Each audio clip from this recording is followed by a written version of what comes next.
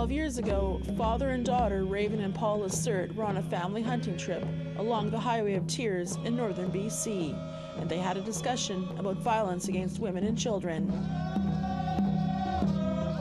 That's when the Lacert family decided to launch a campaign to end violence against women and children and called it the Moosehide campaign.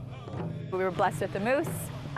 We tanned it up, cut that hide up into a bunch of little squares and asked people to wear it as their everyday commitment and their everyday reminder that we don't want to do violence in our lives, that we want safe communities for women and children across the country. And their call to action has been heard loud and clear. Over 2,000 people took to the streets of downtown Victoria to march to the lawn of the BC Legislature. Joining them was BC Premier David Eby, who made his own personal pledge. I want to join everyone here today as a man in making my commitment personally to doing the work to end gender-based violence and racism, and also to join with all the boys and men here that are making that commitment.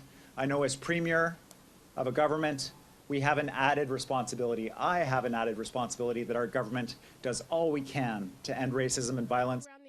Pala Helsia, Lorelei Williams and her dance group Butterflies in Spirit were there to perform. But first, some of her butterflies, who all represent someone that they loved, who is either still missing or is found murdered, addressed the crowd. I represent my relative Angeline Pete. She went missing in May 2011.